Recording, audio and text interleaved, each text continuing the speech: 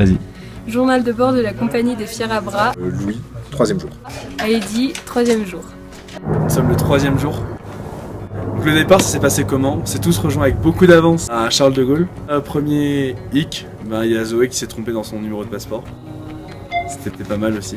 Bon, ça s'est réglé facilement, mais sinon c'était bien, ça s'est passé pas trop lentement.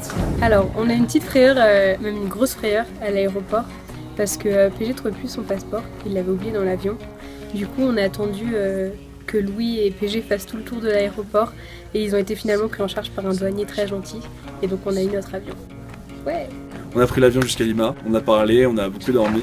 C'était un peu moins confortable, mais ça allait. Du coup, après les 2 vols pour aller à Toronto puis à Lima, on a décidé sur place de dormir à l'aéroport parce qu'on est arrivé assez tard, mine de rien, vers presque 2h du mat, que tout était fermé. On s'est dit que c'était le plus simple. On a dormi à l'aéroport, on s'est fait virer une première fois de là où on était en train de dormir, vers à peu près 3h du matin. C'était plutôt sympa.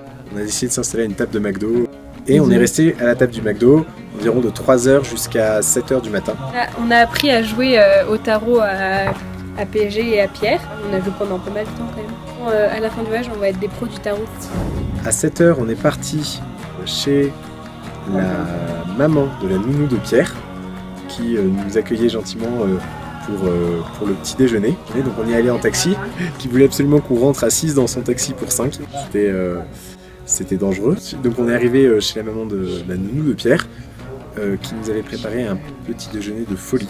On était extrêmement contents de tomber sur cette famille qui était réellement adorable. Après avoir un petit déjeuner magnifique et merveilleux de la part de Violette, Katia, on est allé à Lima. C'est Katia qui nous a fait la visite du centre avec le palais de justice et autres monuments et institutions. On a aussi fait le musée du cacao. On a goûté un thé de cacao, c'est fait avec la coque en fait. Ensuite, donc le bus de Lima à Cusco, c'était 22 heures de bus, donc c'était beaucoup, mais quand on arrive dans le bus, on voit qu'on est en première classe. Donc voilà, on est trop content, on s'installe, on joue avec les sièges. Le mec met en marche la télé très très très fort. Donc on se dit bon, c'est juste le temps que les gens arrivent. Et en fait, on s'est tapé que des films américains nuls en espagnol, donc pas du tout crédibles, genre vraiment très très très fort, jusqu'à genre 11h, puis le lendemain à partir de 7h. Et en plus des films, on avait une mamie qui a vomi plusieurs fois et elle vomissait très fort. Et tout, c'était sympa pour dormir. Après, il y avait les petits sacs de vomi accrochés devant nous. Non, sinon, c'était confortable. Cusco, magnifique, c'est trop beau. On est arrivé à l'auberge. Je veux dire, on s'est reposé. Ouais.